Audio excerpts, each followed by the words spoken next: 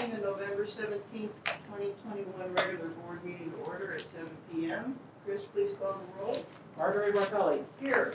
Claire Larson. Here. Jenny Norton. Here. Liz Sullivan. Here. Emily Swistak. Here. Lorna Turner. Here. Sarah Wynn. Here. Thank you.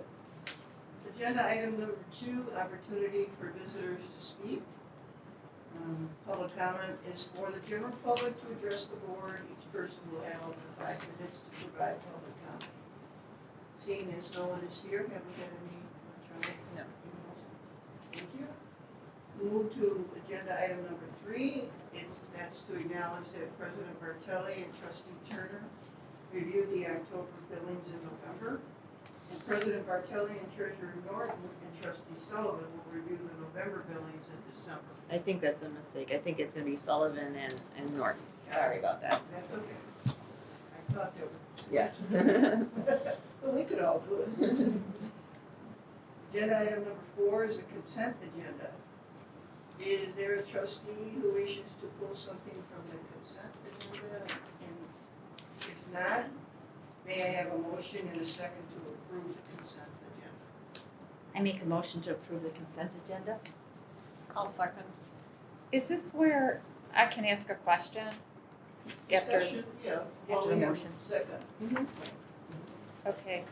I was just gonna propose, in the page 26 in the account distribution report, I was just wondering if anybody, whether anybody uses that report, because it's basically a restatement of the previous report, restated by account number.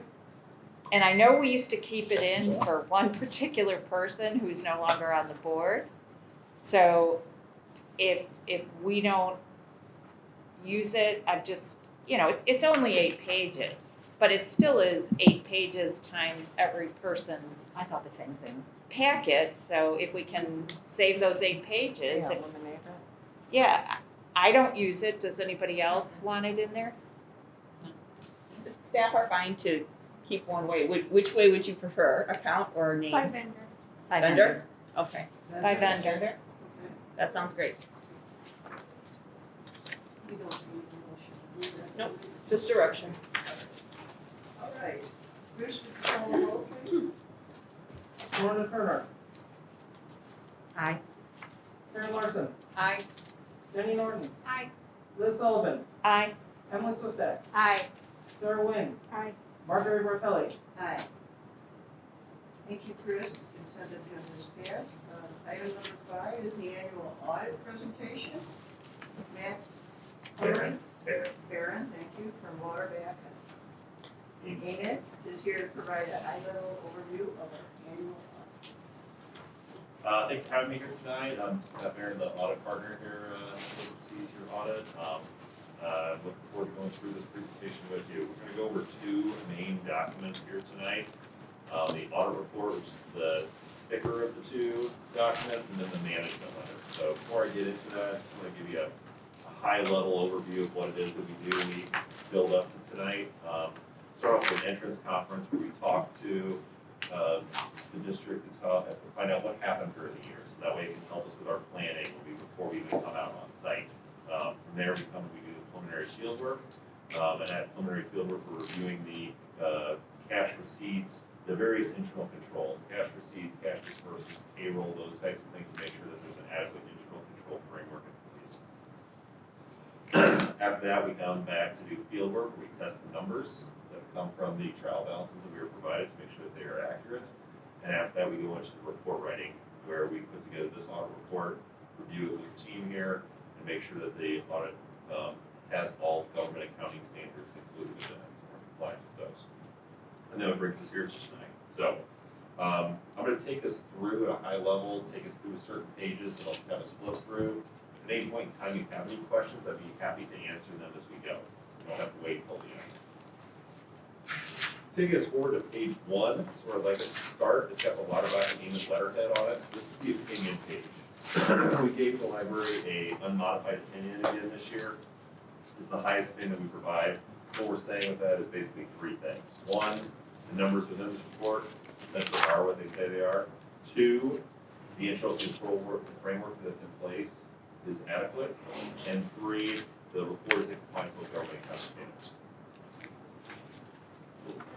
Looking forward from there, 2 pages, or I guess up to page 4, is the management discussion analysis. What this section is a high-level narrative summary of what happened within the library throughout the year. So this gives lots to go, so rather than seeing all of the pages in here, you can just kind of read at a high level what happened. Since I'm going to be covering that within my presentation, we're going to flip on past this whole section. Let's go forward all the way to page 16. Page 16, this is your fund level balance sheet. So the funds, this is what you budget for during the year at this level. I'm going to take us to the far right-hand column, second number up from the bottom. We have a total fund balance at the end of the year of $9 million. The other main general operating, that's your main operating fund. You get a total of $4.8 million. That's in the far left-hand column. So let's go forward to page 18 to see how we did this year. Page 18, this is your income statement. Again, far right-hand column is your totals. Third number up at the bottom, we have a total decrease this year of about $69,000. Ultimately, how this came to be with our general fund, we had an overall positive year this year. Revenues were pretty consistent with budget, other than the interest being so low, as we all know, with rates being where they are. Expenditures across the board were held below budget to allow for an overall surplus. You can see in the middle, about $164,000, which allowed the library to transfer $300,000 over to your capital projects fund. So we're continuing to fund that for the renovation that's set to occur. As far as what we're looking at, as far as the ending fund balances, how healthy they are, I always look at what's the fund balances compared to our expenditures.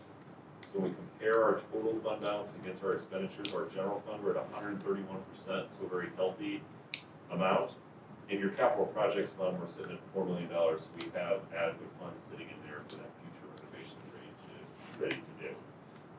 As I know, this is kind of the last year of the column here before things really get going. So this is the last standard year before we're going to start seeing a lot more activity within this audit report going forward. But overall, like I said, it's a very healthy fund balance of where we're at the end of the year as far as adequate reserves and being prepared for the renovation. Any questions about the audit report before we get into the management letter? Yes. Is this a good time to talk about capital assets, or would you? Sure. I was just wondering, I read in here about that the assets were. The restatement? Yes, the restatement. Yes.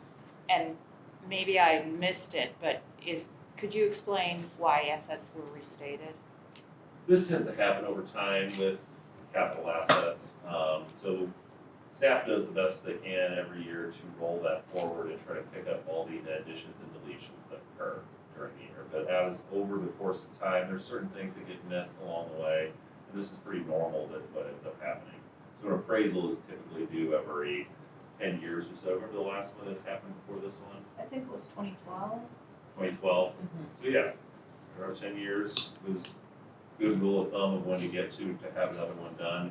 And this is just something that ends up happening over the course of time, that things end up being a little bit off. The appraisal resets it back to a good amount, which here is probably really good timing because it's right before the renovation is set to take off.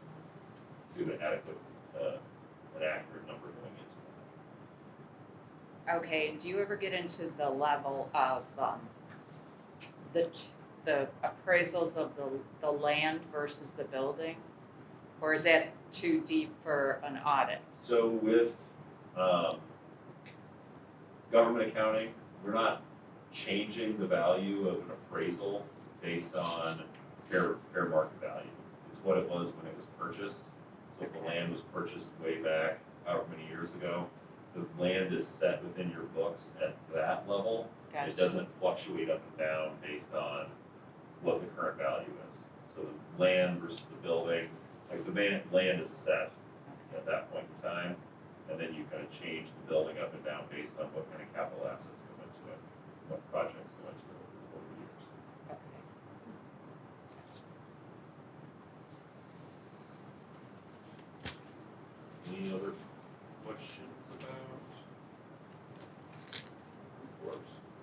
right, so the management letter, the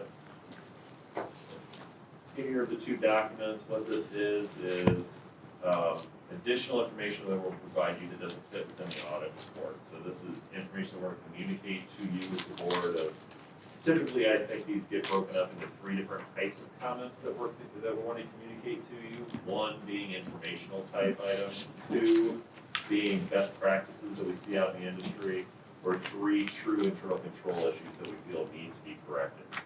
As far as how our report gets broken up, this letter gets broken up, there's 2 sections. We have a current recommendations, which are all new recommendations that we saw this year, and the prior, which are all of the ones from last year that are rolled forward to give you an update. We don't want anything we missed. We want to show you, okay, this is the ones that were there last year, these are the ones that were implemented, or these are the ones that still need to have work done on them. We had 1 new current recommendation. This one is a informational type, as you can see. It's a true accounting standard of which we're going to be helping the library help implement into next year's audit. And that relates into leases. That'll be our job to help make sure it gets implemented properly for next year. I don't see it being a huge impact here for the library, but it's something we have to assess over the off season. As far as your prior recommendations go, there were 3 of them. I'm happy to report that all 3 of them were implemented going into this year's audit. So all of those will go away. This will be a clean slate. And for next year, we'll just have the 1 prior, or the 1 recommendation to give you an update on, which is for that accounting standard.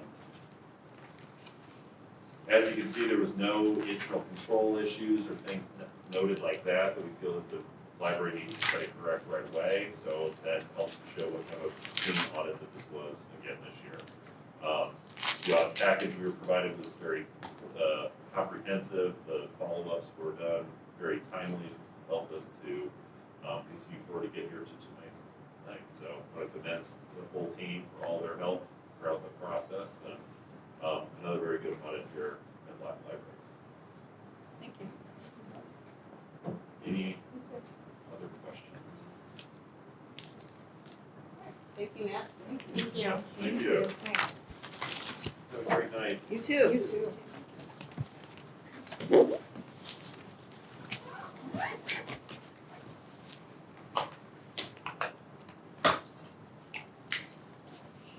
Item number 6, unfinished business, the capital improvement project.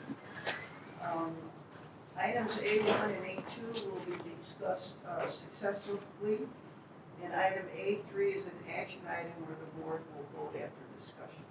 I think Mark's gonna start. Yeah, I'll kick it off. I'll be very brief. Just a quick progress update. First and foremost, the debt certificate bond sale was completed. The library will be receiving the proceeds from that debt sale in the form of roughly $1 million, just over that actually, tomorrow.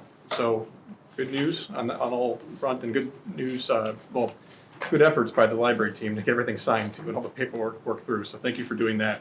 But we're right on target there. That was on schedule and the exact amount that we needed. So kudos to the team there. The other big point of discussion will be in more detail a bit later on, but it'll be the interview panel did hold interviews with 10 firms. It was 2 very long days that the team went through everything, but it came out in the end fairly, I think, well. I think there was a pretty good cohesive thought to move forward, so that was good there. And again, we'll go into more detail on that one. Other small tidbits is the design team has held a number of meetings with staff again, reviewing staff spaces, landscaping plans. We've had door hardware function meetings and all kinds of stuff. So it's been really good as the 100% CD drawings are being finalized. As planned, they're being finalized right now. Amy's saying before Thanksgiving, we'll have them done. So that's perfect news and right in time there. And then lastly, we've, separate from the design team, we've also had some initial discussions with exterior signage consultants. This is, through the construction package that'll be bid out, the typical signs around the site will be dealt with. There's no parking here, handicap parking, things of that nature. But we also are separately looking at the main entry sign. We're doing that separately because we're anticipating there'll be some discussion with the village on those as well to get through whatever process we need to get through with them. But we're at least getting budget numbers now that we can hold through this process and move forward probably some point next year Same thing for landscaping. All the landscaping up against the building is part of the GC construction package that the design team is handling. But we also are looking at potential options for the far west side of the lot, if we can clean that up, make it better, especially to show off your new entries when they're done. So those discussions are starting now. We're just trying to get budget numbers to make sure we can track those and pull triggers on those next year. But I think the main point of the discussion today really is the exterior color palette review. So I'll turn that over to the design team, and I don't know if we want to go right back to the samples there right Yeah, away. we or really what? don't have a presentation for you. We have the physical samples. And we'd like everyone to get back and take a look and have a discussion and hear what your thoughts are on it. Okay, so I just want to preface it. The ones that are directly on the opposite wall from where I'm sitting are the newer colors. And then we've got the kind of the B team on the right-hand wall on this side, just for comparison's sake. So we can go up and take a look. And the B then- team is what we saw last time, right? Yes. Yeah, okay, Yeah. got it.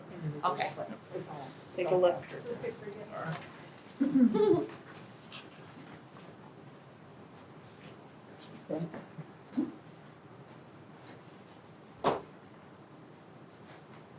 So I just want to say that the shorter pieces, so this is the Agantio, and then this is the Fairmont. These two were the ones that the board, the outside, the shorter ones, are the previous ones that the board had inked. And then the other two colors beside them were the kind of enhanced colors. These are the two shades of gray and gray brown. And then I painted outside, this is a better look, I think. I painted outside what they would look like. This is in sunlight, and this is in the shade, but this is where they're kind of wet here, so they're still kind of light in color. This is where they dried a little bit more. So you can take a look. Right. Has a little sheen to it. Yeah. A little bit of black. Yes, you can take a look.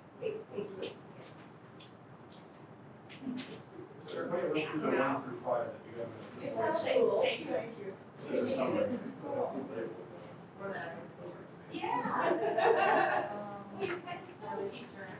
Anyone else? I can tell. Here. Hold up the screen as you're going. But I believe one is this guy. Yeah, the name. Two is that. Yeah. That's the blue there.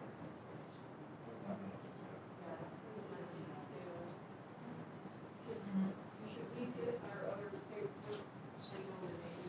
Yeah, Mark is gonna pull it up on Oh, the screen okay. too. Yeah, just wanted to take a look at.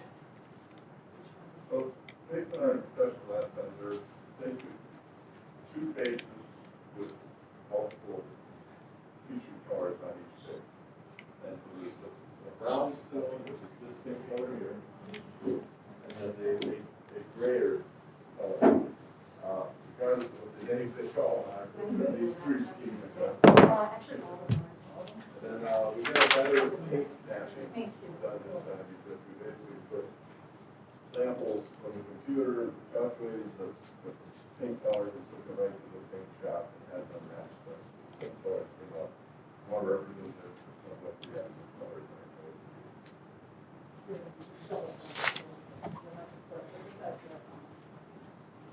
We'll put it where As you it's say, just- names don't really matter. Yeah, the names don't matter. Well, just so we know which we're looking at. It's a green. Yeah. Yeah. Let's put the paint, let's put the little ones. So these are the same. That's what it is. And she said this is true for the color. It's not, Oh, it's not big. Oh, this isn't gonna work so well. Because this was in the sun. No, that's actually, this is in the shade, but it's, I just painted it, and it was very green. This is a better representation. Actually, just so everyone knows what I'm gonna do here, I'm gonna put them in order of 1 through 5. So this is 1, I'm gonna put it far left, just to make sure. 2 is this guy, is pure green. Okay. We didn't do a third green, I took 2 greens, that's just for reference to what we had before. And leave it aside. It's not so shocking. Stick it on the map. 3 is male. Male is this one. So this is green. And trustees, if you kind of see it,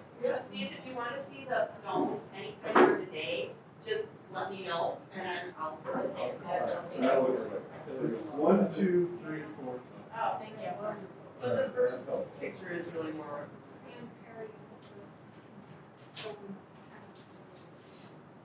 This picture. yes. Yeah, I wasn't taking You know, it. for the packet. I This can is just give you four, my this is packet. this one. Yeah, the other colors are on the backside of the same. I think we got the board there. Yeah, I want to look at this further, but the general discussion, last time I it was can kind give of the split decision. Pittsburgh, call Karen, I don't, For the greens. like, I am not the right person to write colors, so I can give them all, like, really. Five solid options. I might even abstain. Usually with strings and teals and blues, everything else. So they get five fairly strong options here. At first, Eric and Amy, you guys can be, and Diana, check here, but maybe one of the first steps is kind of seeing if you lean towards either one of the two siding colors or one of the two stone colors, and then pick from there. If you can find one to gravitate towards generally, and then hone down the general, might be the easier way. I know where I'm going. I'm going towards the brown and green. Yeah. Where I'm going.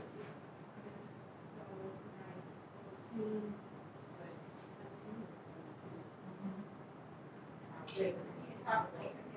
I just was saying, so, like, this is not speaking to me as much as that. If Christian can notice in the library, we come to circulation. Notice to circulation. Are there any kind of different discussion points here, just to talk about it? I know Yeah, but I'm How do you like this? No, I think I everyone's voice their opinion, and I like three. Like this one? Yeah. With the gray brick? With the gray. I don't think it's a bad combination. I don't think most of this is a bad No. combination. We really refined it well. That's me coming from team brown, green from day one. Yeah. So, I'll offer one contrary opinion to that. I think we have one stinker. okay, Yeah. yeah. Which is that one. I think the other ones are all within a range of acceptable, and it's kind Yeah. of more about what the preferences are. But then if you look at this, like, this is, it's so much the same, I feel like. It's a little cold. Yeah. Well, I feel like that one, with that whole arboretum village kind of feel, like it gives me more of that nature feel to it with the green. So what of these two colors here, people prefer, I'm reading this color here of these two. I was always more the gray undertone, the softer colors, or the softer green too. It feels better to me, but I'm gonna couch that bit. I'm gonna count it, sorry, Laura. I don't mean to throw it under the bus, but, you know, I'm not an artist. I'm gonna take a conservative approach to most things, and that includes color. If this is a place to be a little bit brighter and say, hi, I'm the exterior of the library, come find me, then I'm headed the wrong direction because of my natural inclination. That's all I'm gonna say about it. It's sort of devil advocate there. Before we throw away the teams.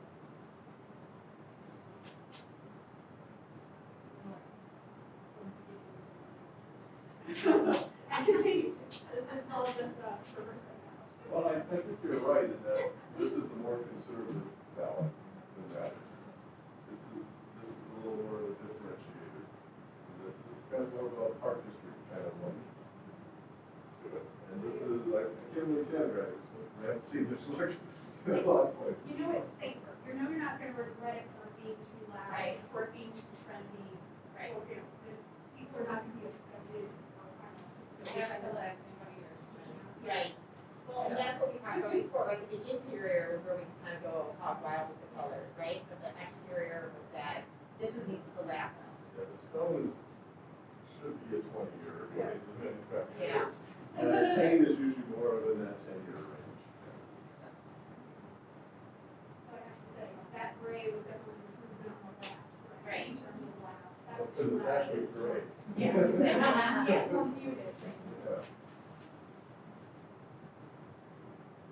When we look at the greens, is there a preference for which green? that. Yeah.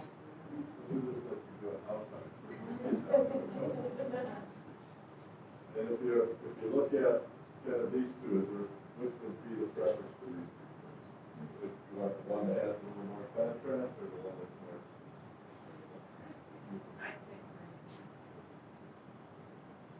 You know, I can go either way. I mean, teal was, you know, I can be brave enough to go. So just for comparison then, you kind of see the difference. Yeah, It'd be interesting to see, It's not that I dislike it. No. well, it's a little harder. This was always kind of my preference to begin with. And that gray is very, it is. It's soft. Texture. Yeah, Right, Well, it's all similar, that's yeah, So now put a plant. Yeah.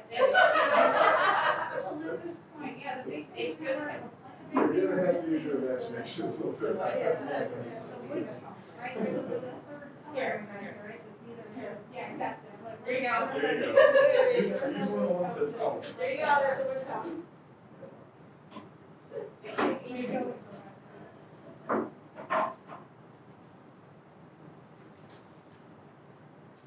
I like the green more. I'm not even joking. It's like, once you get that, that's the brightness. But I remember when we have that the entryway, we're gonna have that kind of cedar. Right, Yeah, this color will pop on the underside. Yeah. absolutely. That's what's interesting. What is, Alright, now I'm starting to get. I had pulled my staff and be like this. you mean, what do you mean you get told? Hold. Staff, you know, like I had staff meetings with people in my office, and I'm like, Clarify. have a look, this is what's What going is on. that? You're going to He, The pay to get your opinion here. no, we leave that way. Where's Bill? I'm right here. Yes, Right? yes. She's staying away from us. The green and the brown. And, you know, I get the, you know, you mentioned park district, I think it's gonna be evident that it's gonna look, we're gonna have our library logo, we're gonna have our name across it, but we have a lot of landscaping and colors. We talked about the bike racks being maybe a powder coated a different color, something that's hot. We're gonna have a lot of wood showing to underneath the entrances and on this side of the building and the outdoor.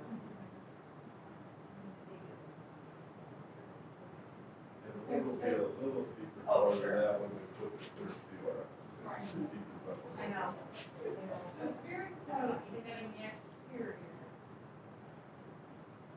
Oh, it's like this. That's Yeah. what Jenny was just saying. Yeah. So if you like this room, It's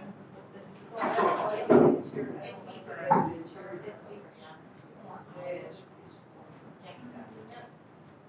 I prefer this stone because when, if you see in the picture, I think it's a softer transition Yeah. from what we currently have to these like yellows and Yep.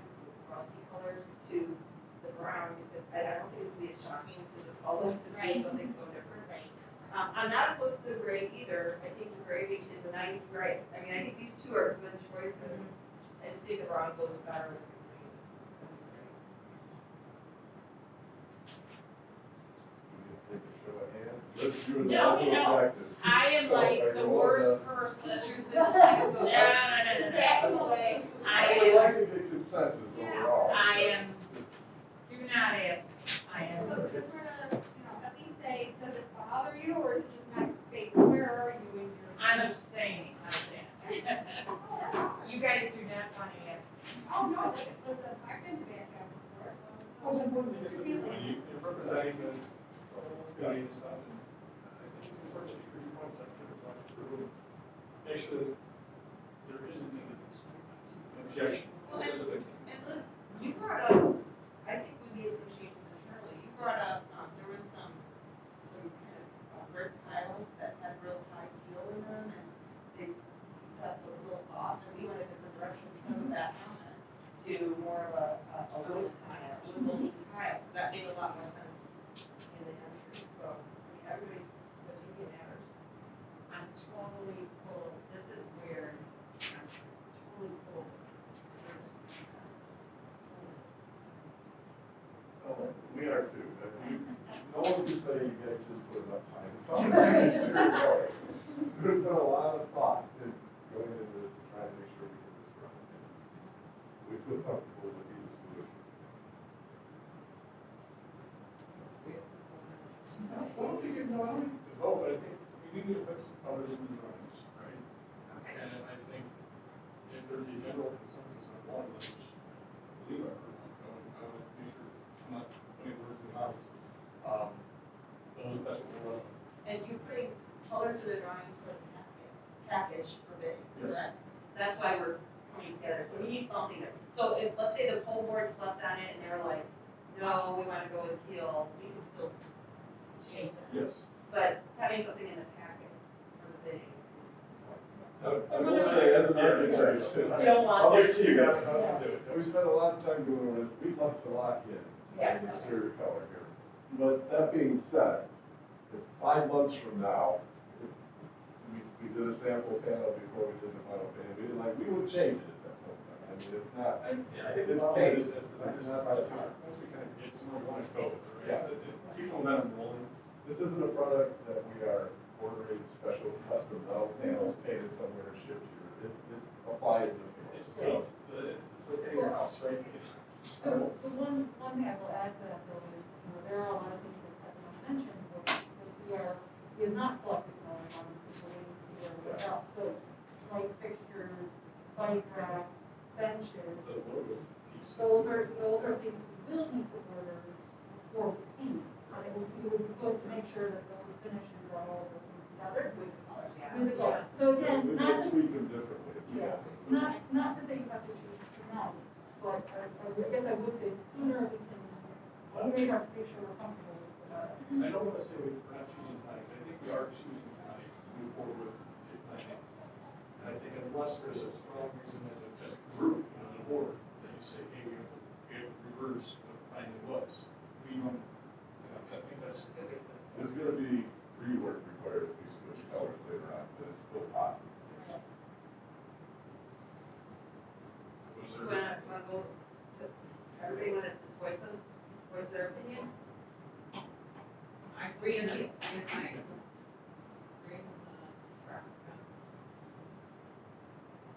That's That's number 2, soul. Option 2, And the drawing up there, yes.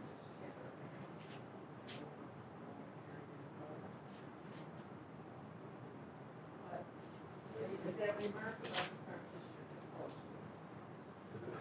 the Well, it's kind of a traditional, Well, it's a part of the natural resources. I mean, are those their colors? Well, no, actually. No, he means, If you go to no, see- he's if you talking go about to like see- national parks. Yeah, if you go to see Land Park Not right now, our- It's blue. Not your Oh, problem. Not our park, No, National Park Service. our park district is C1 department, it's at Sheepshead Side. And the building that I work in has blue. all It's blue, around it. yeah. It's freaking blue where I live, so I mean, it's not. Okay.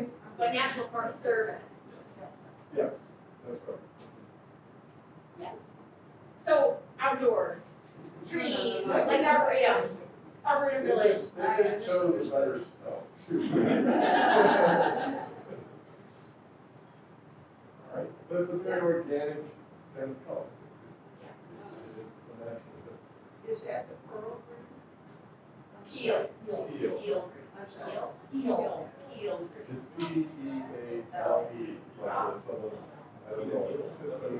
Really? It's a famous peel that's green, man. You know, there's a billion colors, someone has to. My family owns a lumberyard, and in the 70s, wood paneling came out, my dad stocked up on wood paneling, there'd always be some he couldn't sell. Then he'd make up a new name for it, and it would sell like hotcakes. It makes it matter. This is the one, right? It's the stone is stamped. Yep. That is number 2. That's it.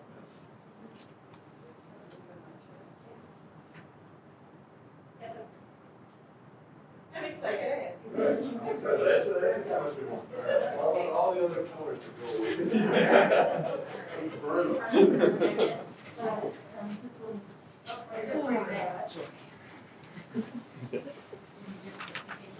We don't have the internal six, we already reviewed that last time. Oh, I thought you said that. She would have wanted to. We have just roll those plans. back. Good point. Yeah, I'm gonna give the updates. I'm gonna walk through this. At the end is the full plans with the request to move forward. Great. Yep. All right, so I'm gonna back up on the projector screen. This is just for your board package, so I don't even need to really zoom in. It's just if you have questions. The next topic, I believe, was just project updates. So project schedule summary, one of the things that did come out of the interviews, we asked all the contractors about what their approach to the schedule would be. The 10-month duration that we assume for construction was reaffirmed, and some even said they could probably get it done quicker. I don't quite trust that with lead times for materials and that, but we heard that. What was stressed, though, is that we need to get in line to order materials ASAP. When we first came up with the project schedule over a year ago, we didn't have the long lead time issues we have right now, and we assumed that we'd be awarding the contract in February. We don't want to wait that long. Because the project team has been on schedule with the drawings, we believe we can target awarding the contract in January, buying an extra month, basically, for contractors to get on board and order materials. So that's what our aim will be. So right now on the schedule that we're seeing on the screen, you can see contractor procurement went into February. We're going to try to target having the board approve a contract with a contractor in January. So we're going to go out to bid right after Thanksgiving. We're going to make it due before Christmas. We're going to insert a draft contract into that bid process, so there's no hemming and hawing about contracts later on over a month period. I'm sure there'll be some, but the goal is to try to award it in January instead of February. From there, we do, just looking at the construction schedule, we have to do a little bit more analysis on it, but we think we can hold to the dates we have roughly. Finishing construction late next year, maybe going into January just a tad, and then closing out January, maybe just February a tad. So in Q1 of 2023, you would probably have your grand opening at some point, new grand opening. Any questions on schedule?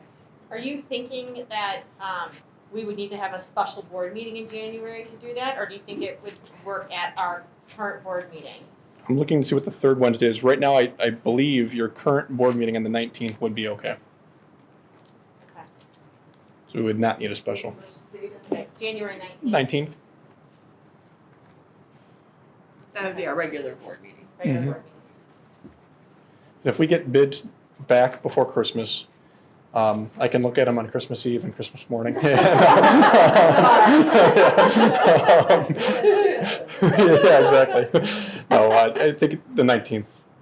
As long as there's not too much haggling on the contract, which is why it's important that we'll put it in the bid documents, Okay. we'll be okay. If there's some haggling, we'll figure out ways to get through that. Because at that meeting is when we'll open.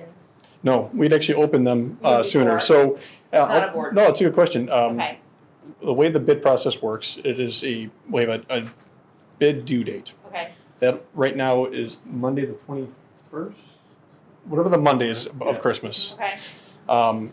They'd be due to the library and sealed bids at 1 o'clock, and Okay. everything has to be time-stamped, signed by someone from staff. They hold on to them. Okay. At 1:30, we'll have a public opening. That's anyone from the public, contractors, and sometimes union guys will show up. It's open to the public. We open it in front of them. We read out loud the base bid numbers. We don't award anything at that point. It's just you read it out loud so everyone knows what happened, and then we have to go and analyze what was submitted. We do not recommend making that a board meeting because you have to coordinate that with all the board members, and it has to be minutes and everything else. Typically, it's just an open meeting, which does cap it to 2 board members being present, Okay. but it's just reading what is being submitted. Contractors and people coming to hear. Yes. It's not anything, there's no action for the board, there's nothing. So Yeah, it's just because it could be the contractors who submitted the bids then coming to hear. what their competitors did. Mark, Okay. Mark and then will do an analysis of the bids then, because you're gonna get some qualifications made to some of the bids, and that may affect the total price and stuff, so the low number at the opening may not be the actual low number too, so there's Yep. there's So some then- more analysis that has to go on. So then when do we find out what the actual lowest bidder is that we have to go with? You would find out as a board the Friday before the board meeting, before the 19th. Okay. You'll know what. It's not, Yeah. I will be in on it, but we need their expertise to make Yeah. sure that what was submitted is what we can go with. So the bids are submitted December 21st. Mhm. Then they're opened that same day. Yep. in a public forum that Mhm. anyone can be here for. Yep. And then the details are just the bid, just the amount is shared, or, Just the amount is verbalized at that point. and then that's it. That's it. And then they don't know for sure who is going to be certified as the lowest bidder because of the fact that there's other things that Right. come up. Contractors basically know that we're at that point then going to go and scrutinize the low bid, whatever that is. And we're just basically verifying that they don't have any qualifications, that they bid a different scope or a different schedule than everyone else. Okay. We just had this happen at a different project where a contractor submitted a low bid and we gave them a scheduled duration in the bid documents. You know, they had to bid on this scheduled duration because that's how much supervision they had to include, everything else. Well, the low bid submitted their schedule ending 2.5 months sooner than what we told them in the contract that everyone else did. Okay. So you have to go through and verify that, well, that's fine, but you're going to cover the other 2.5 months if that takes, and this is a target schedule, but Right. you're covering this. And if they say yes, then they're still a low bid. Okay. That's the type of stuff that we're Okay. looking for. It's Okay. the lowest qualified bidder. So Okay. the qualified is the word that we've got to go So through we and make sure. pre-qualified just to Yep. Well, lower the, we already have qualified. We're looking for the lowest responsive bidder. Yeah, yeah. Yep. That- So responsive is all the details. Qualified is what we just did. okay, Everyone that is bidding is qualified to bid it. okay, Their submittal has to be responsive to all of the scope in the drawings and bid packet. that the architects are putting together. Yes. Okay, And that's what we need, a couple weeks. Usually it's about 2 weeks to do that. okay, We do have a holiday right in between, Right. which is why I'm thinking the 19th should be fine, so it gives Okay. me a couple weeks after the holiday. okay. It's Monday the 20th. 20th, okay. Go to the 20th? Typically we do it 1 o'clock or something like that, so it gives enough time for them to come out. 1:30 right now. And then opening 1:30, right? All right, thank you. No, that's good. All good questions. Anything else on schedule? We're getting into the Fine. crunch of it, so. Do you mind repeating, you said that, just tentatively the grand opening? of I said Q1 of Q1 2023. I don't like putting a specific month or date on it yet until we get the contractor on board. And this day and age, and the interview panel heard it. Materials, you don't know what's going to pop up next week in terms of having an issue. So as of right now, what we heard in the interviews is that if we award in January and start in March as planned, we should be able to start and keep momentum going. Gotcha. But none of them would say with 100% certainty they were sure of that. It's a very volatile market. And you get to the end, and like St. Charles, we couldn't get door hinges. Doesn't seem like a big deal, but you don't have fire ratings, you don't have exiting requirements, and all these things, and you're waiting for door hinges for a month. And so it's just a tough market right now. It's not normal, let's put it that way. It's like that in every industry. It's not just this. So, anything else though? What section are we in? So that was C. D is a quick project cost summary. So the only changes, I'm going to keep doing this like I did last month. So last month we had different yellow boxes than this month. This month, the only changes to this were an update to the FF&E line item, which is actually a reduction. Anticipated cost went up slightly there. But basically it was just aligning the updated cost for the automated material sorter and security gate quotes to make sure that all aligned the correct way. So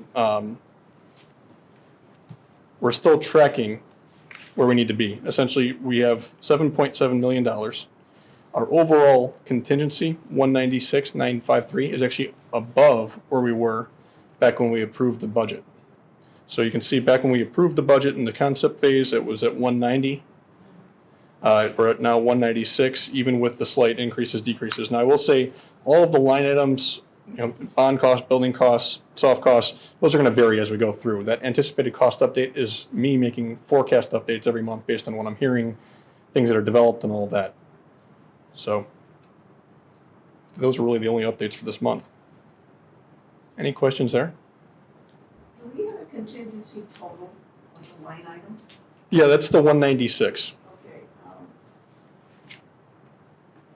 could you tell me the percentage of the entire budget? That's 2.55. Moving number, excuse me? It is moving. It's 2.55% right now. It used to be just under 2.5, 2.47 to be exact.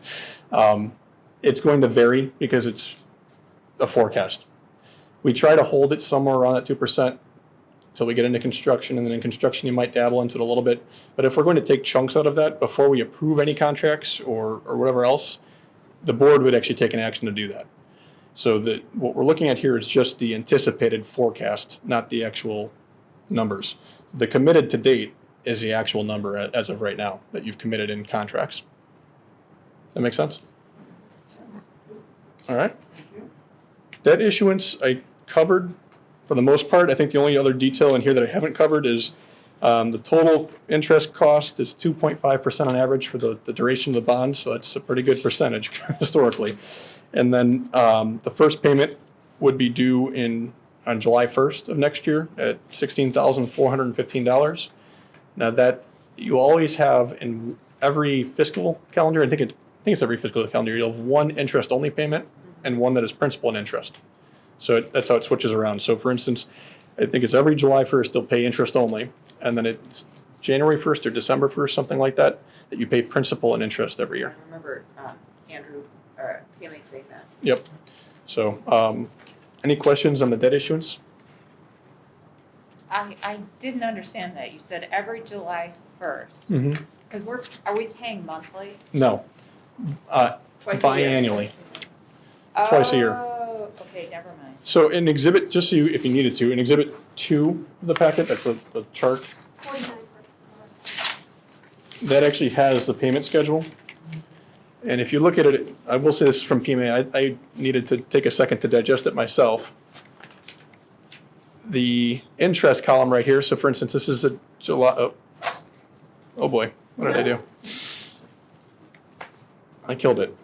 There we go. So the second column down there, that's your July 1st. You're paying interest only.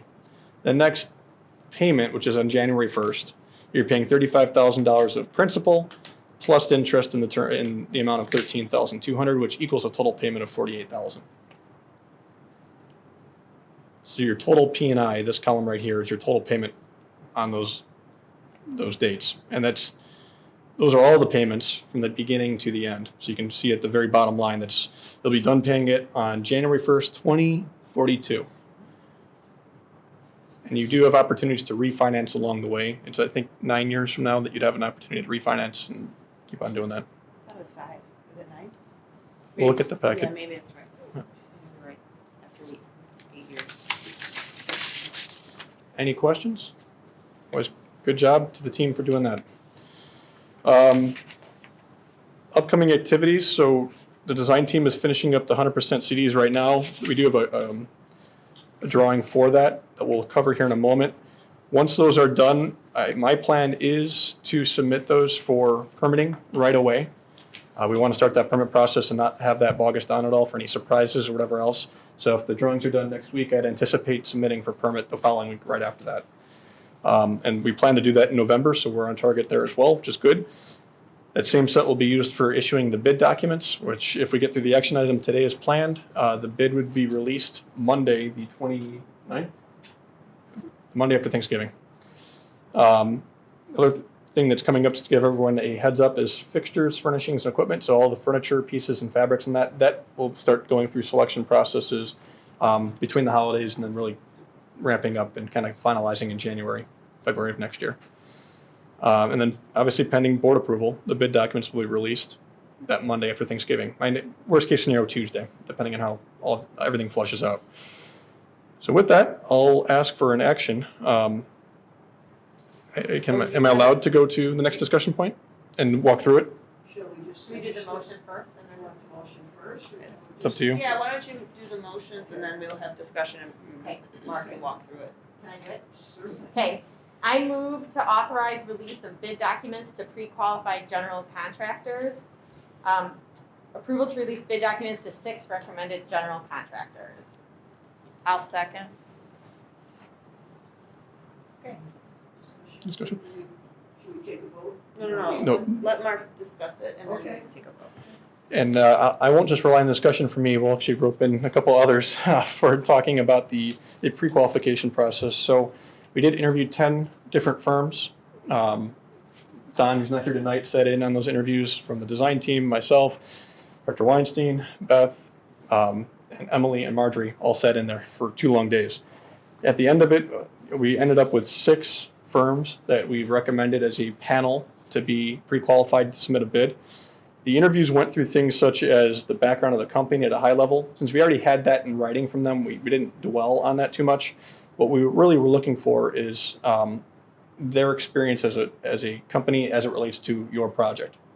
So the people that are going to be assigned to your project, we wanted to hear more about how they'd approach your schedule. This is what we wanted to hear about, how they'd approach the logistics around the building, safety, some things like, do they understand how libraries operate? Do they understand that there's monthly board meetings and you can't just go willy-nilly asking for approvals and expect that approval is going to happen tomorrow?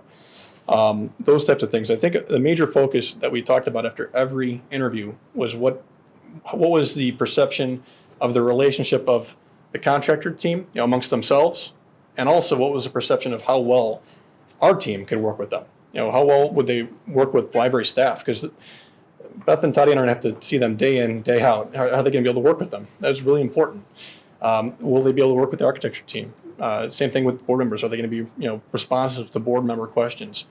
And I really think that there was a clear line after we went through this of the top 6. I think there was discussion between 5 and 6 what the right number was, but 5 and 6, the numbers were so close between the two of them when you kind of went through all the scoring, it made no sense not to go with 6. So I don't know if you have anything else to add. Very interesting process and very in-depth. You and Don were very helpful. Good. And I particularly like the discussions after each interview amongst the 6 of us. And your guidance. I feel very comfortable with the 6 companies. I feel the same way. It was very informative. Learned a lot, things that I did not know, had no idea about. So that was very, very interesting, very informative. And like Marjorie said, Mark really led us through the process really well, which was really great. And Don, having his professional background really helped us as well. And really going into it, knowing that we really, yes, all the information that they provided for us about their firms and all of that is important, but also the working relationships and really kind of keeping that as I tried to keep that as my focus, is how were they working together, and then if we felt we could work with them. And I think framing it that way, which was one of the things that Mark had really suggested doing, that really, and Don too, really helped to figure out, okay, which ones would be the best to work with us. And so, I feel really confident about the 6 as well. And the synergy between their team members, very important. And then there was a distinct difference amongst some of them, not all of them. Some of them flowed really well, and then there were some that you did get a sense that, they worked together well. That was my impression. Right. And I know that the staff, Beth, myself, some of the other items, Mark listed a bunch of what we were looking for, but one of the areas we were interested in is safety and how they spoke to how they would maintain the property while they were working and section off areas. That was really important to us. I liked hearing about the material issues they were experiencing on other projects, and that informed us as to scheduling. And then phasing was another really big subject area. We wanted to hear from them and how successful they were with phasing of projects and how they spoke to that topic. And like if they just said, yeah, we know how to do phasing, versus going into detail on how they would approach our project specifically. That really fed into the 6. All right. So that really captured what we did there. I did provide the names of the 6 firms that are recommended. If this action item is approved, we'll be getting in touch with them tomorrow to let them all know that they are pre-qualified to bid and to expect a bid package the week after Thanksgiving and to get it on their schedule to get it done before Christmas. So I know, and when you go into these bid opportunities, you go in with 6. 5 is a great number because when you're looking at these, they put a lot of effort in there. 6 is a good number in terms of there's a lot of competition there. It's good for the library. Sometimes the firms look at it saying, how many guys do they have that to bid against, and am I going to put all the effort into it? But I think with the timing of the holidays, you might have someone drop out. And we've seen that in other projects. They might drop out just because They won a different project that we don't know about, and now we're down to 5. And you don't want to get down to 3 for sure. 4 is okay, but you'd rather be at about 5. So I think 6 is the right number for this project anyways. So I wanted to put that out there as well. But we'll notify them. The other thing is the construction documents being completed, which I'll turn over to Amy, and I know this is the floor plan, but I think it's a very quick discussion, right? Yeah, we really don't have a whole lot to present on the floor plan. This was included more for reference. This is one of the drawings that we'll be issuing as part of the construction package. It's really a representation of all of the discussions that we've had with the board and the many, many discussions that we've had with Tatiana and her staff, and how that has all come together. So again, this is really just, I don't have anything specific to speak to with the plan. It's really more of a reference point kind of for this approval process. And I think the biggest thing over the past month and a half or so has been, minor tweaks to say some of the staff point service desks, and getting those right based on staff feedback.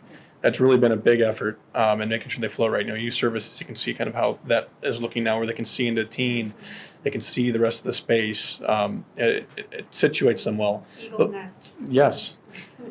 This is also the first time that we've actually shared with the board the layout of the staff rooms. The offices. Yeah, the office space, because we have gone through iterative processes with the managers Multiple. to get to kind of this point.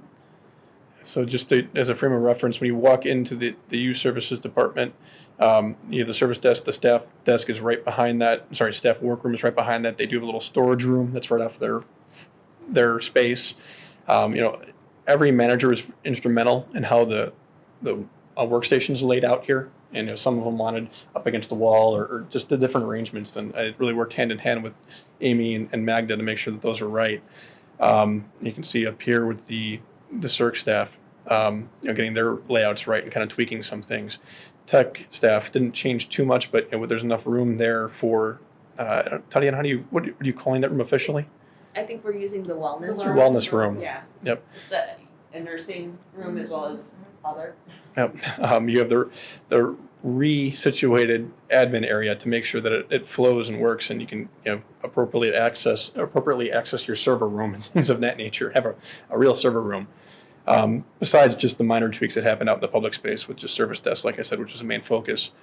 Up on the upper level, again, service desks is another point that changed. How things are flowing, where the self-checks are, how you flow through security gates to get in, and then again, the staff space, that was a huge focal point here. So I think, as far as I hear, I won't speak for Tatiana and Beth, but as far as I understand, staff is happy with Very happy. the layouts. Yeah. And again, I commend Amy and Magda for those meetings. They've really taken a lot of kind of backs and forths from different staff, from different departments, from myself, and they really came up with really great solutions to every staff space. So thank you.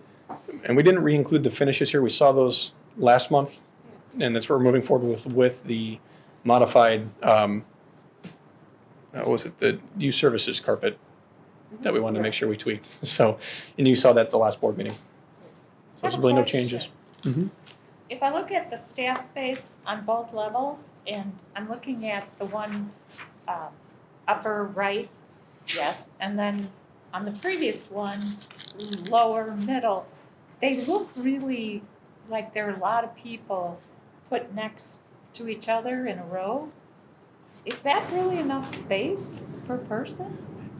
They're like 5-foot desks. So each staff person gets a 5-foot desk, which Okay. is typically what they have now. And we reviewed these layouts with the managers, and these were kind of the requested configurations that allow for kind of movement within the department in addition to actual desk space. So space allowed for parts and processing and moving things, as well as kind of sight lines within the workrooms themselves for kind of communication and collaboration with staff and managers.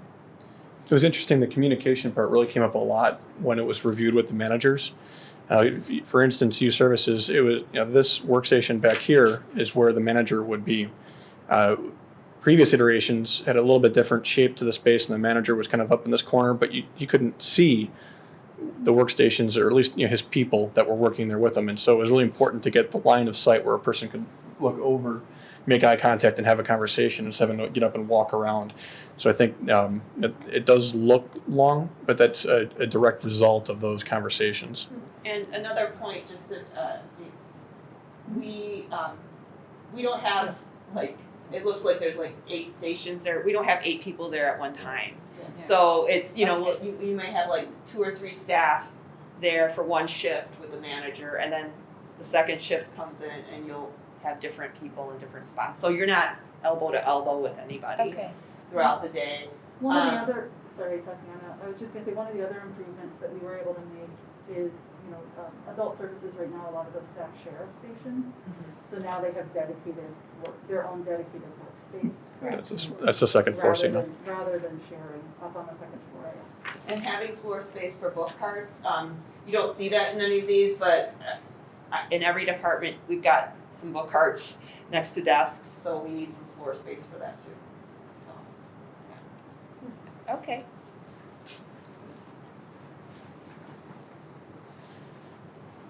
So any questions on contractors? Any questions on plan, on what we're getting? I think it's been a good design process, honestly, to get here. This really will kind of close out the true design process that the team has taken us through. There's been, obviously the exteriors have been a big focal point, but the interior finishes, the floor plans and layouts, some of the interior renderings that we've seen over the past few months, there's been a lot of detail there, and it's really what this all encapsulates. We'll be releasing that to contractors, and really the next step is layering in the furniture over the next month or 2. So it's a good effort. Contractors did not pre-qualify. Have they been notified that they're not going to be considered? I did call all of them because their names are not in the packet, and it's a public packet. I didn't want any surprises out there.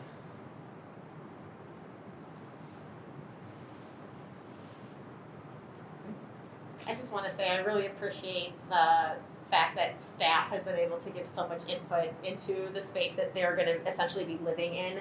I think that's really important, and I really appreciate that and the attention to the feedback that they've provided into the plan.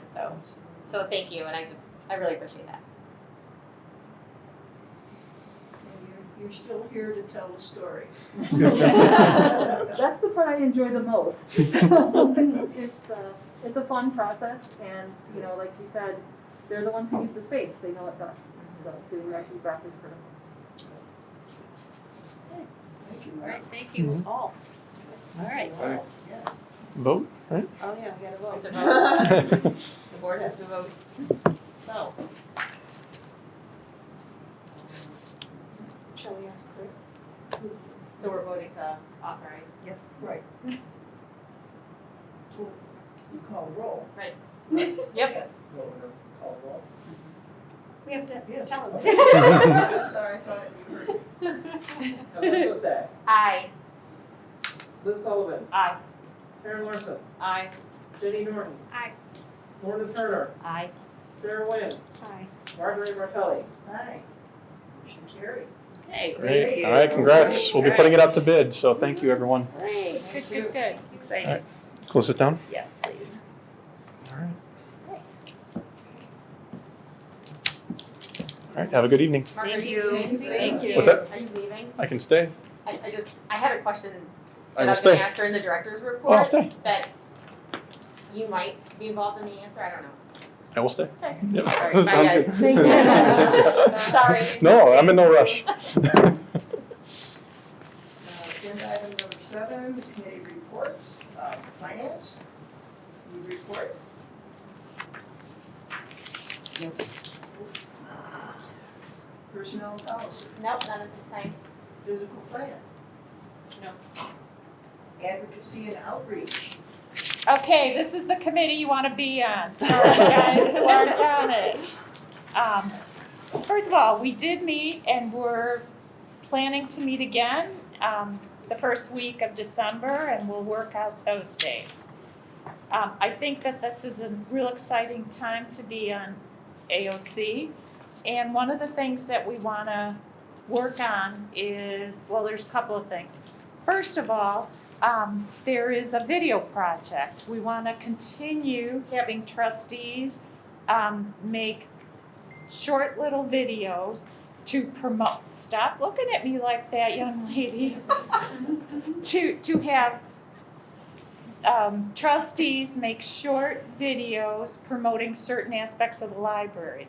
And I know I'm gonna have like tremendous overflow of volunteer trustees, so I'm gonna let Tatiana talk a little bit about the next project. And by the way, we, Marjorie and I already did one, and I don't know if you guys saw, Yes. it was, Very cute. it was promoted I saw on. The little thinking that like. Yeah, we were thinking about what does the library Yeah, it was nice. mean That to was us. cute. It was cute. So it was promoted on Facebook, and people were sharing it. And if you do frequent Facebook, make sure you like the Lisle Library Facebook page, because they post about 3 times a day. And then, you'll see it in your feed, and then you can repost it to everybody that you know, and it keeps going. So, sorry, Tatiana, if you Oh, no. want to. So, at the last meeting, we talked about the video project, and because President Bartelli and Trustee Sullivan did their duty, I think Willingly. Yes. at this meeting, they suggested that other trustees volunteer. And I'm just going to try to reassure everyone that it is going to be completely coached, and we will edit it to make you look wonderful. So Nigel is already taking what he's calling the B-rolls, or what they call the B-rolls of the building that is currently here. So we're showing areas that will be most improved by the renovation. Everything from youth services to adult services to the circulation room and to the exterior of the building to indicate the new entrances. And so what we would ask is that a trustee come, hopefully in the next week or two, and just read, you're not even reading a line, you're memorizing just a sentence. And then we would take you to another location and you memorize a sentence. And we will put it all together to make it look really nice. And the goal is just to, like I said, highlight areas that will be improved by the renovation. And then not only talking to trustees, but also we're going to try to loop in some youth services staff and adult services staff, as well as myself, into some of these videos. And then just release them as a series of like pre-renovation, what you're gonna get for the renovation. And then as the renovation is occurring, when we have construction here, we're going to have some filming of what's happening in the kind of sectioned off areas, all the way up to the ribbon cutting. So that's the goal. So we would like to know, I mean, if we can ask now, I know that Sarah volunteered to be in one of the shortcuts, but is anyone else interested in being a part of this? Emily, thank you. Anybody else? Lorna. Lorna's raising her hand. Oh, there you are. Okay. All right, And, great. and I know Karen and Jen do. I would do it. I don't wanna commit until I know the timing, I don't wanna be unavailable. Well, we will work with you. Trying to chase We me will down work for with video. We could reinstitute the drafts. Okay, great. What was really cool is when we worked on it the first time, you think about things, then they ask you questions, and then you might say a little bit too much, and then when you see how they edit it down, they actually do make you look like really much better than what you sounded like and looked like. So it really, they know what they're doing. Great. And then the other thing I wanted to talk about is one of the objectives of our committee, advocacy and outreach, is to kick off fundraising. So we are going to be meeting the first week in December to talk about kind of a fundraising program. And we're going to be drafting a letter for board approval to go to certain people, which will encourage them to donate to a project chosen by the director and staff, and what we're thinking about now. And of course, we're not asking for anything now, we're just kind of updating you on where our heads are at. But a special light board is what I'm going to call it, that children can touch, you know, toddlers, Kind of like different. an enlarged version of the light bright. Right. Yep. Yes, yes. They're really cool. A lot of libraries have that. Really cool.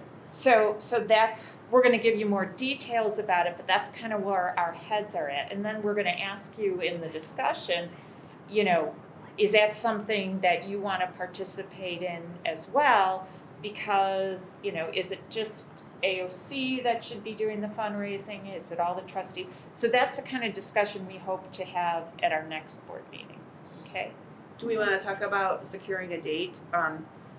I looked on the online calendar for the members of the Advocacy and Outreach Committee, if you have your calendar on you today. Thursday, December 2nd at 1 p.m. or Monday, December 6th at 2 p.m. work best for the library.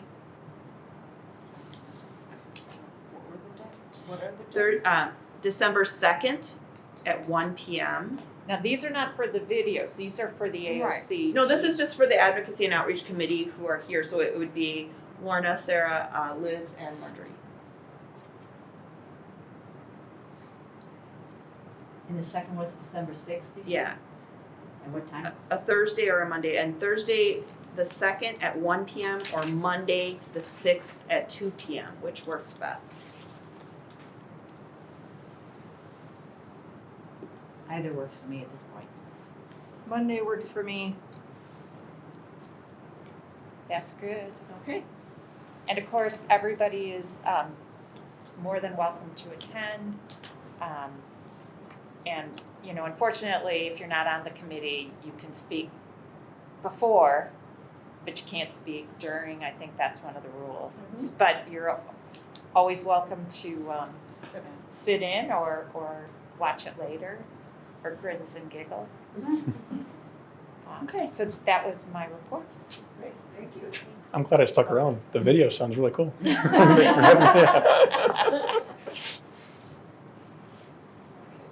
item 8 is staff reports, director's report. Okay, I'm gonna start with some Village of Lisle activities. I participated in an intergovernmental focus group. This was facilitated by the village's community engagement consultant, and my understanding that the reason they had this meeting was to that the facilitator wanted more input for the village's strategic plan workshops, and we were asked about everything from COVID-19 and how it's affected the library and other organizations, to how we think the village will look in the next few years. And then I was just happy that the library was asked to participate. I'm not sure that what all the intergovernmental entities provided aided them in their workshop, but again, happy that we were asked to be there. I also attended the annual TIF meeting on October 27th at Village Hall. The library is a member of the annual, the Joint Review Board, but we don't have a vote in anything regarding the TIF. That's the village. They have complete authority over that. And other taxing bodies were also there, the fire district, the school district, and public members are also part of this Joint Review Board. The TIF consultant reviewed each TIF. There are 3 in Lisle. And as I understand it, those reports can be found on the Illinois Comptroller's website. I don't think they have them on the village website. I looked today. Not too much was, there wasn't a lot of discussion outside of the 3rd TIF, which does involve the Family Square or Vane and Ogden property. There was a little discussion there. And they did mention that there was going to be a public meeting led by the LEDP, the Lisle Economic Development Partnership, to be held at the Park District the next day, and I also plan to attend the next day. And they called this meeting a design charrette. It was really charrette. yes, very French. They had this meeting at the Park District, as mentioned. It was about a proposed development on the corner of Main and Ogden. It was hosted by the LEDP and Flaherty and Collins, the developer, and KTGY Architects facilitated the presentation. There were approximately 25 to 30 people there. The purpose was to receive community input regarding the plans for redevelopment. And most of the presentation was about aesthetics, windows, awnings, public art in the area. They did mention it was for a mixed-use facility and primarily as a residential development. I thought it might include a little bit more information about what types of businesses would be sought after to be in that development, or how many residences would be there, like, or potential library patrons and things like that. But it was mostly about aesthetics. So The best thing that came out of it was Pound Cake Bakery provided the refreshments. oh, did they? I didn't partake No, in any there's refreshments. lots. They had 2 meetings and they apparently had trays for each of the meetings, so there's lots to take home. Maybe we should do that for the third open house. Yeah, right. Tell them we have pound cake. So I'll move on to training activities. Every year, the library provides harassment prevention training for staff and trustees. Our policy 901 that was adopted in 2017 outlines an annual training requirement on the subject of harassment. And we train staff in this manner because of the Illinois Workplace Transparency Act, and just because it's good practice for any public institution. And the training teaches participants how to recognize and prevent harassment, and we believe regular training keeps staff aware of their rights, their responsibilities, and roles regarding harassment. And also, the training also explained how to prevent harassment and how to take the right steps in terms of if someone experienced harassment or witnesses someone someone else who is being harassed. And then, still on the training topic, Assistant Director McQuillan and I held small group in-service or staff development training on October 26th and 28th. We used both halves of this meeting room with a divider between us. We did this over, as mentioned, 2 days in separate groups where we had about 10 to 12 people in each group.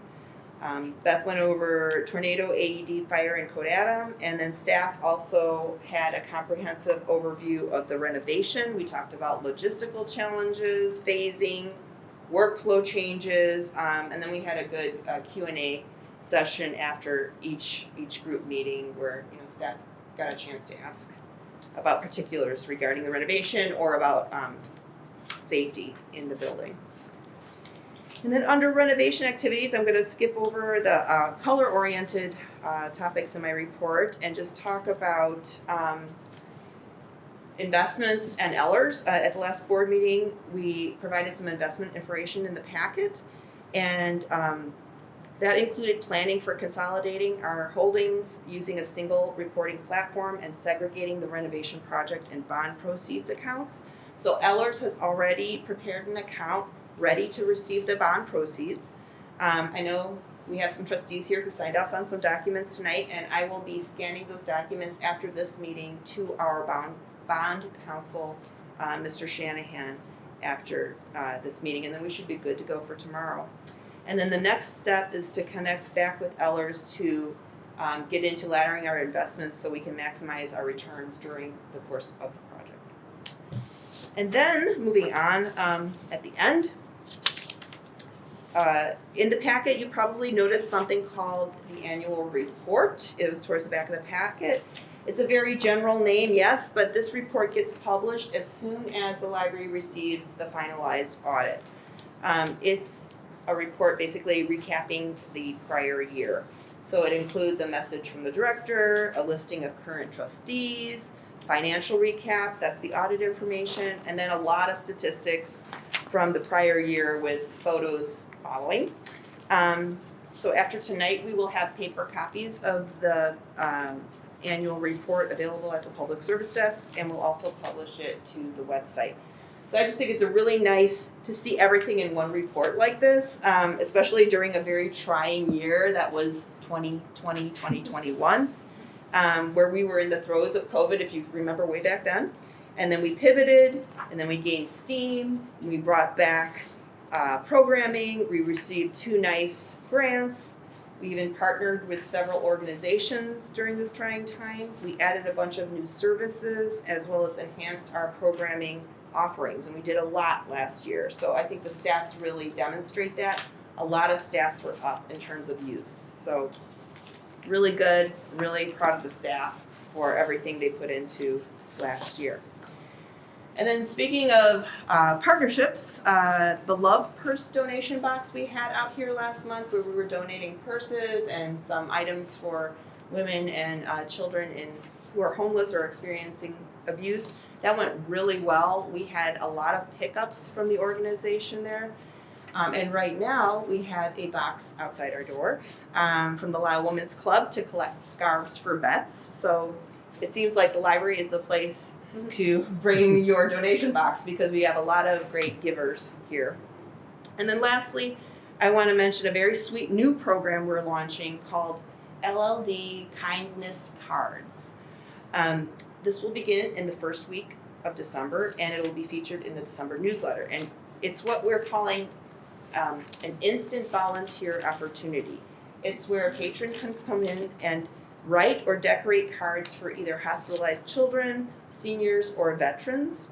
And we'll have tables. We'll have one table in adult services and one upstairs in youth services with blank cards. We'll have markers, we'll have stickers, and we'll have some simple instructions and also have some ideas for inspiration.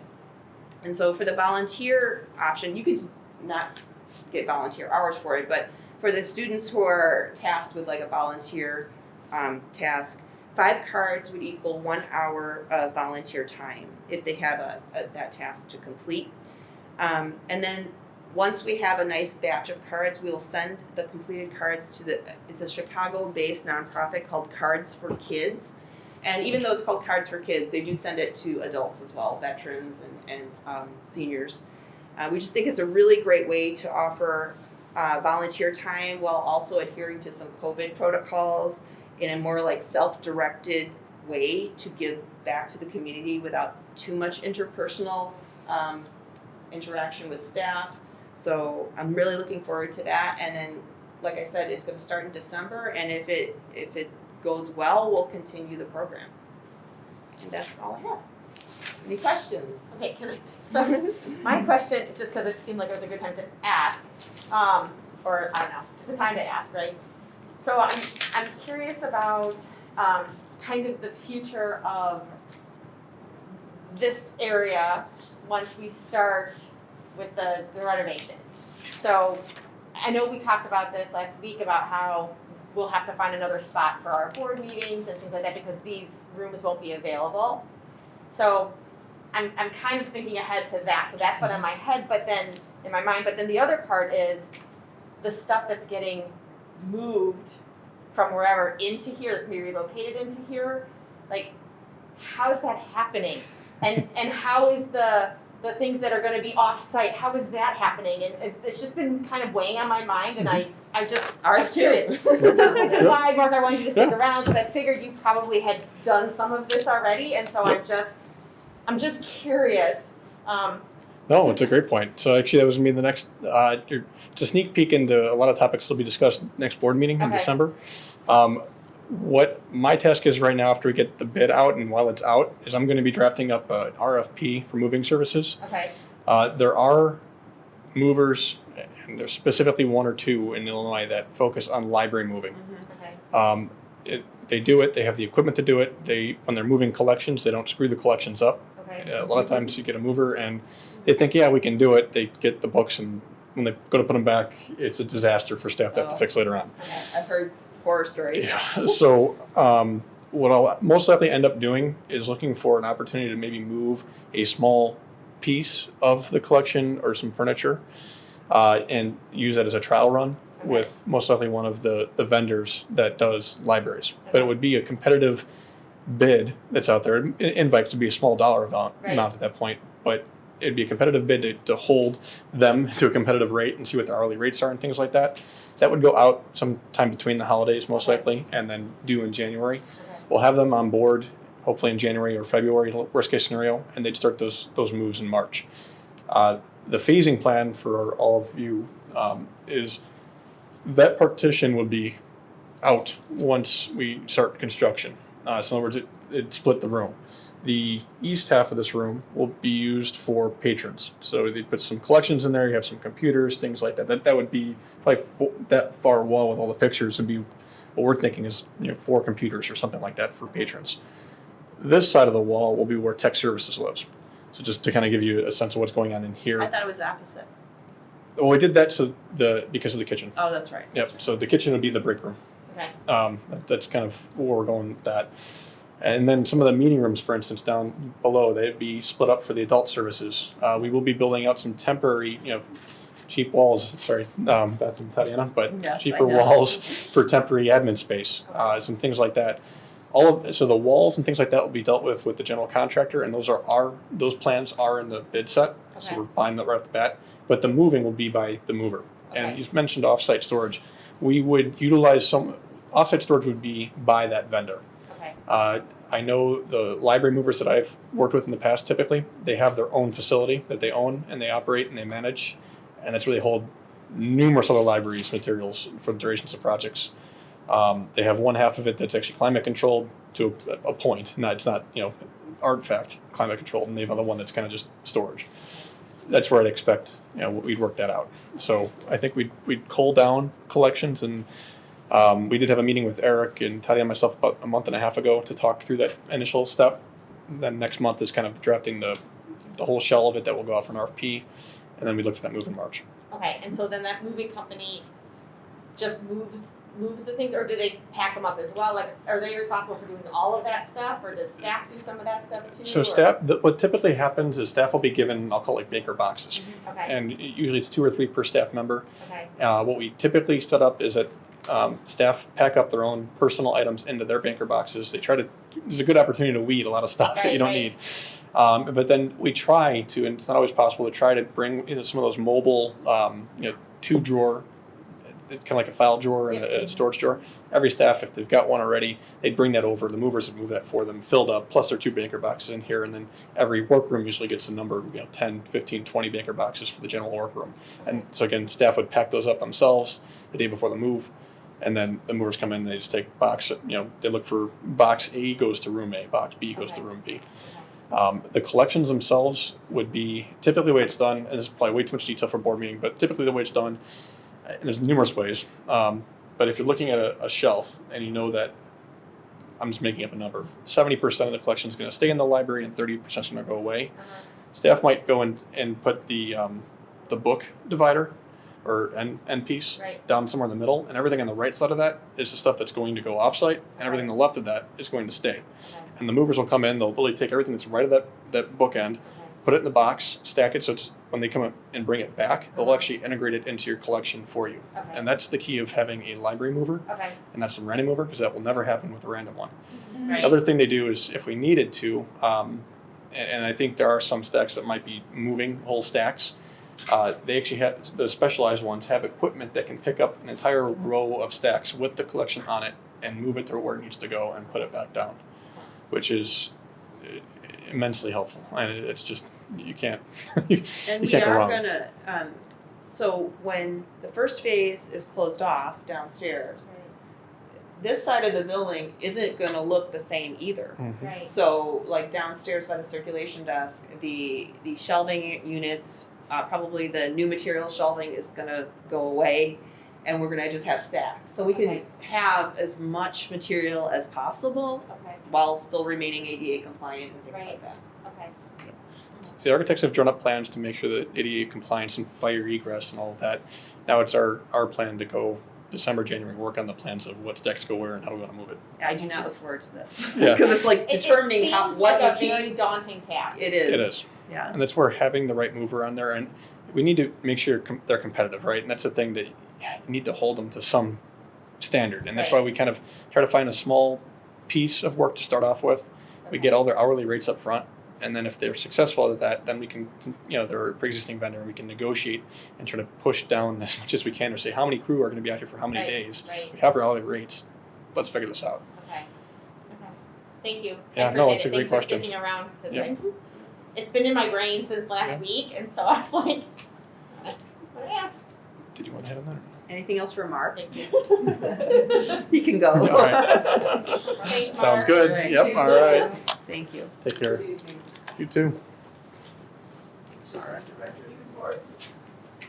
So I wanted to update you from the written report. The Metal Master Roofing, as I mentioned, they did last month did an inspection and they planned a few repairs and fixing also the gutters on the south side, so in the next couple of days, they promised that they would give us an update about when they're gonna be here. And I know that they can work into December, so I'm not concerned about it, about the weather, as long as it's not constantly snowing. We've had them repair the roof in December, so it can be done. Precision, that's our HVAC software company. They were here this week and they tweaked the software and should be ready to go for the winter temperatures. And Monaco, which is the HVAC physical unit, they're gonna make a humidifier repair. And again, they were ordering a part and I'm hoping that that's repaired next week. And then finally, Stevens Plumbing is gonna be here on Tuesday and we're actually gonna replace a couple of toilets that are cracked up here in the lobby. Their hairline cracks, you wouldn't even see them until you were, it's really down on your knees inspecting the toilets. But we'll get that done, it's due on Tuesday. And that's it. Any questions for that?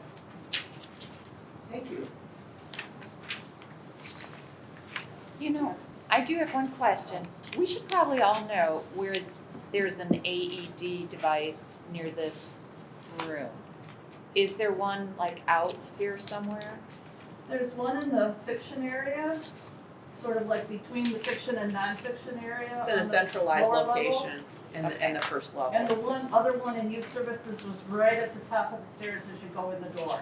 So Okay. that would be your closest one to the meeting room, Okay, I would say. Yes.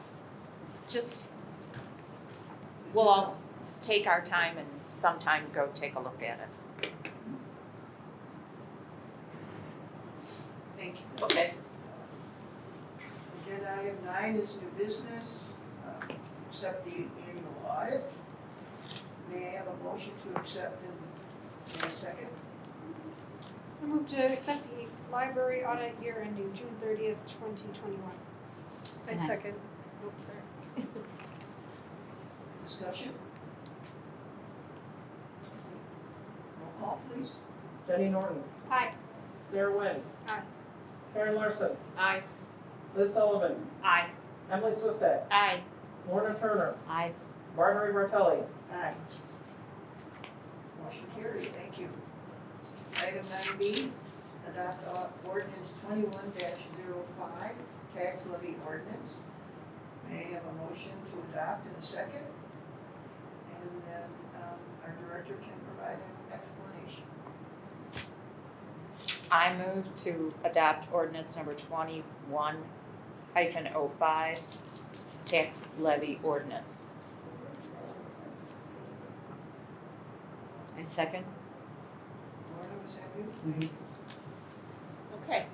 So, the levy ordinance 21-05 designates the amount of money the library requests via property taxes. The funds that come via this levy will not be available until the next fiscal year. And this ordinance was reviewed by the library's attorney with appropriate footnotes. The ordinance lists the board-approved appropriation amounts and the proposed levy amounts. And per Illinois law, the library levy cannot exceed the amounts appropriated in the D&A column there.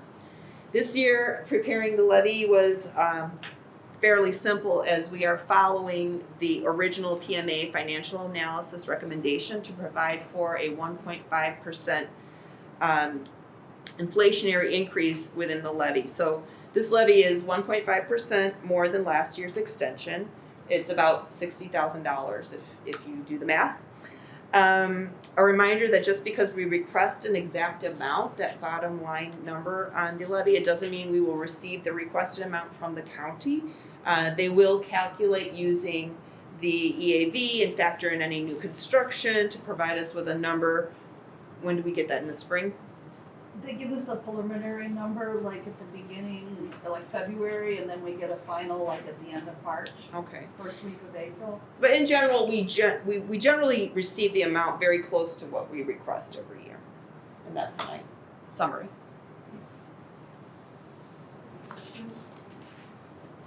Chris, call the roll, please. Liz Sullivan, Aye. Lorna Turner, Aye. Sarah Larson, Aye. Jenny Norton, Aye. Emily Swistak, Aye. Sarah Wynn, Aye. Marjorie Bartelli. Aye. Motion carried. Item 9C, approval of the certification of compliance with TITA, the Truth in Taxation Action. May I have a motion to approve in a second, and then the director will provide an explanation. I move to approve the certification. I don't know why I said it that way. I don't know how I said it that way. Of compliance with TITA, the Truth in Taxation Act. I second. Thank you. It's tricky, right? So really simple explanation. All this is saying is that we are not levying 5% more than the last extension. And it's just certifying that with a signature from the president. Roll call, Chris? Jenny Norton, Aye. Emily Swistak, Aye. Sarah Larson, Aye. Liz Sullivan, Aye. Lorna Turner, Aye. Sarah Wynn, Aye. Marjorie Bartelli. Aye. Motion carried. Agenda item 10, opportunity for trustee comments. Let's go backwards tonight. We'll start with Sarah. Oh boy. I just really appreciated the Mark and his team and like all that they've done and the consideration of the design team. I know that's their job, but I feel like they've gone above and beyond of what other architects and other design teams would do, and it's just a fabulous job, and I can't wait to see it all start to come in and things start happening. I don't know. I mean, I appreciate being a part of this board, and everybody is doing great. I feel like I'm just really appreciative, sitting back and learning and a lot of things. So I appreciate being here. Thank you. I'll reinforce what Sarah said, Trustee Wynn has said. My first job out of high school was working for an architectural and engineering firm, and my late husband worked for them for another firm for 30 years. I know what goes into processes like this, familiar with with working with architects and all, so they've gone above and beyond. And I'm so relieved that we decided on colors. That's all.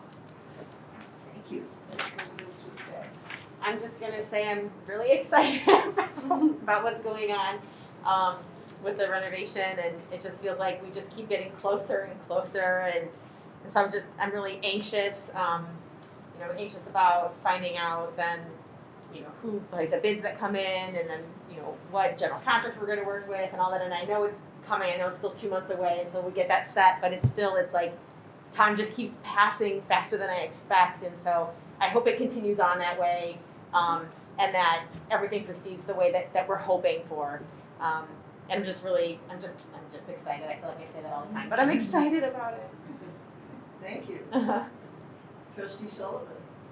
I have to agree with everything that's been said, and I think we're making great progress.